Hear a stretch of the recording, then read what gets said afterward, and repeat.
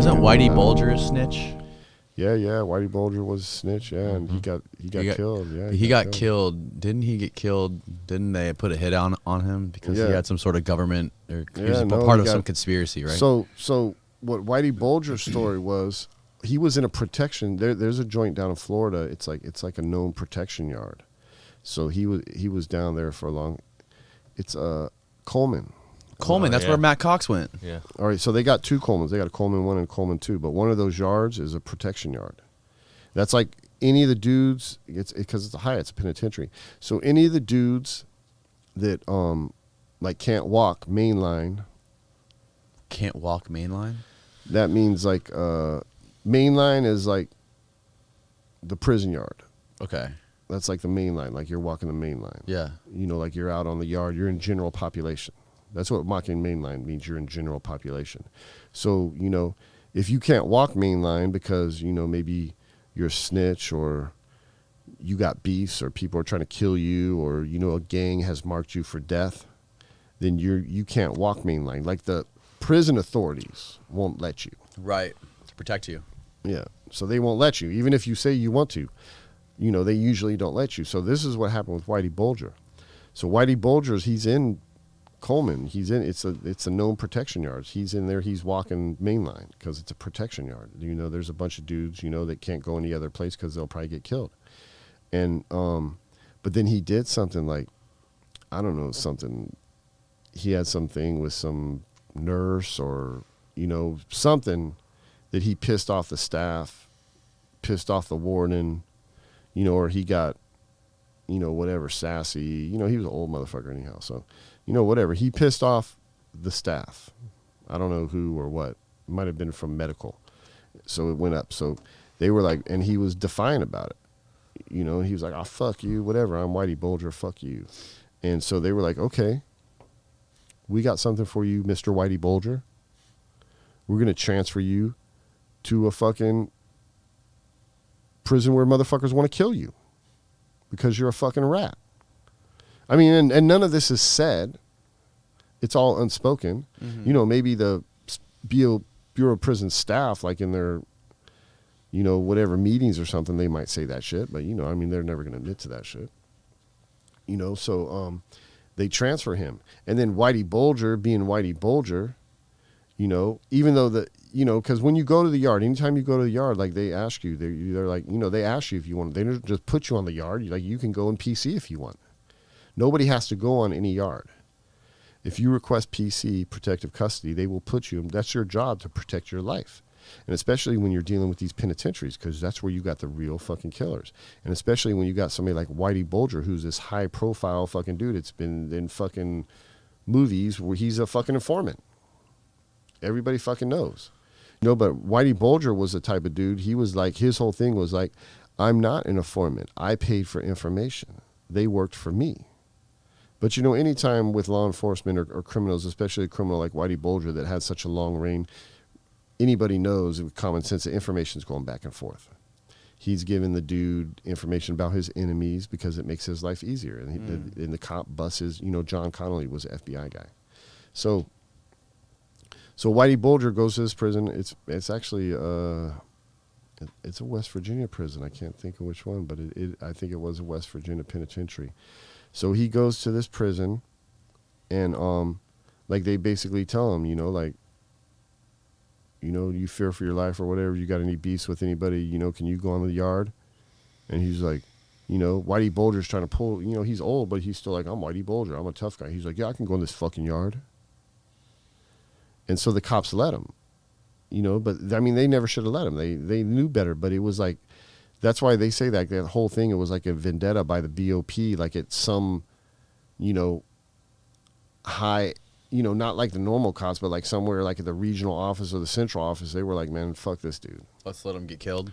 Yeah. Let him fend for himself. That's the conspiracy.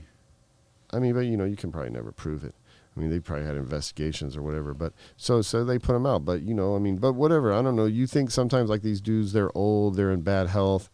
You know, maybe they want to go out like that. I don't know. Maybe, you know, they want to end their life. I mean, who knows what's going on in his mind, you know? Or maybe he really thought, I'm Whitey Bulger, ain't nobody gonna do nothing to me. You know, he's in a fucking wheelchair. I don't know. Maybe he was fucking crazy. Maybe he did too much LSD. I don't know. Yeah. That's what a lot of people say. He did too much LSD. Yeah. So I mean, he was in that MK Ultra program. Right. You know, I used to. And that was before he killed everybody, right? Yeah. When he did his first bid in Alcatraz. You know, I used to write Whitey Bulger. Did you really? I was trying to get him to do a book. Really? Yeah. When he was in Coleman. Did he ever respond to you? He fucking wrote me a bunch of letters. Really? Yeah, I got a bunch of letters. Cool. Dude, his writing is like fucking chicken scratch. Like, it's like the type of letters like you can barely fucking read. Like, you gotta like it's work to read his letters. Yeah. Yeah, but I wrote him. I did a couple articles where I used some of his words from his letters for this site called Ozzy. And I had a dude on my website, GorillaConvict.com. He was in the West Virginia prison where Whitey Bulger got whacked, and he wrote an article about it. Really? Yeah, it's on my website, GorillaConvict.com. What did you and Whitey Bulger talk about? Did you ask him about the LSD stuff? Yeah, he wrote some, told me about that. But I mean, basically, I was trying to say, like, dude, let me write your biography. So he was telling me like little things, like he was telling me about that MK Ultra, and he was trying to tell me, he's not a snitch, and he was trying to tell me, how the prison's fucked up or what they do to him, like all his little petty grievances. Mm-hmm. He was like airing out to me. That was mostly what the letters consist of. He'd give me some history, but mostly, is how fucked up his case was, and they railroaded him. Because a lot of those dudes, they get in there, especially the older dudes, they get life, and they just get obsessed with these, like, they got like these 3 or 4 trigger things, and they just can't let them go, and then they just eat them up. Really? And that's all they can talk about. I mean, I think that happens to people a lot in life anyhow. But in there, it's intensified, like when you're doing a life sentence around a whole bunch of violent people, in there it's like, I'm going to show you like what prison is like. Like, you got to put this mask on. You got to put this every day. Like, you got to wear this mask because it's about to keep yourself safe. You got to keep people away. You got to make people think like you're crazy or you're violent or you're negative. So it's like almost like you make shit more than it is. Like, like shit might happen to you, or like maybe they don't give you your transfers, or the cop takes your tomato, writes you some bullshit shot. So you're like really, like demonstrative. You're like, man, fuck these motherfuckers, man. This is some fucking bullshit. Mm. Because you're like, it's like you emanate fucking like negativity to like keep motherfuckers at bay and keep them arm's length, keep away from you. Because all that shit is based and built on negativity, man. All prison is, it's like, really prison, it's a lot like law enforcement sometimes, because you just kind of, it's like you try to fucking step up on somebody else's back to make yourself look a bit better. That's why, like, at the bottom of the prison hierarchy, you got like the snitches, the chomos, and the rapists.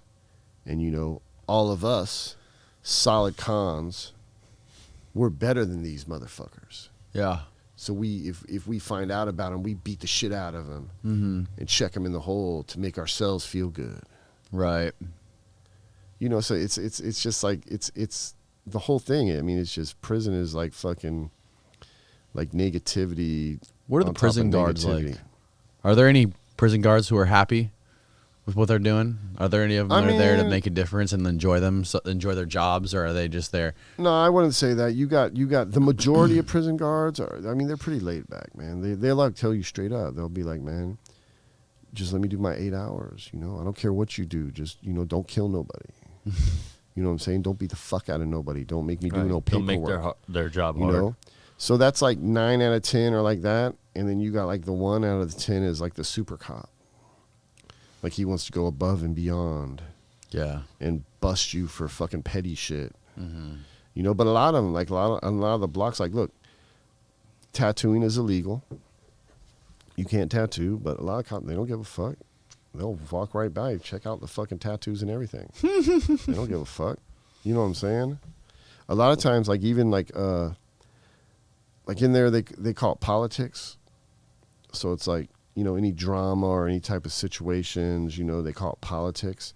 So, like if you're a white boy and you do something fucking stupid, and then the other white boys, we got to fucking, set you straight, which means we might have to take you in a cell and whoop your fucking ass. Mm-hmm. Especially if you did something stupid with some other races. Mm-hmm. Because in the other races, they come to the white boy shot car or the white boy car. And what I mean, the white boy car, that's like the group of white dudes. They call it a car. So they come, to the leader of the white boy car, and they're like, yo, man, you got to fucking, discipline your dude. He stepped out of line. He did this. So then, and what they do, you do like a white dude will punish another white dude just to like avert a race riot. Right. Because then they'll be like, okay, yeah, we punished him. He stepped out of line. He did something stupid, or, whatever. Maybe some, stupid new dude in prison, fucking use the N-word or something in front of a bunch of black dudes. And they're like, the dudes aren't putting up with that shit. Right. You know what I'm saying? They'll be ready to fucking beat the fuck out of you. But, that's like the rules, like,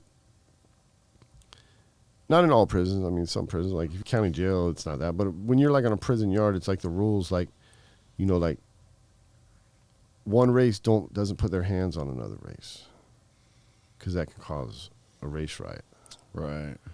Because like if a black dude beats up a Spanish dude, even if it's a one-on-one fight, it was fair and everything or whatever, then all the Spanish dudes are going to be out on the fucking yard, dude. It's going to be fucking, they're going to be ready, they're going to be ready to fucking go to war, with shanks and fucking locks and socks and, fucking cans of fucking tuna and fucking, fucking socks, locks on fucking belts. Yep. Shit can get crazy in there like real quick, so.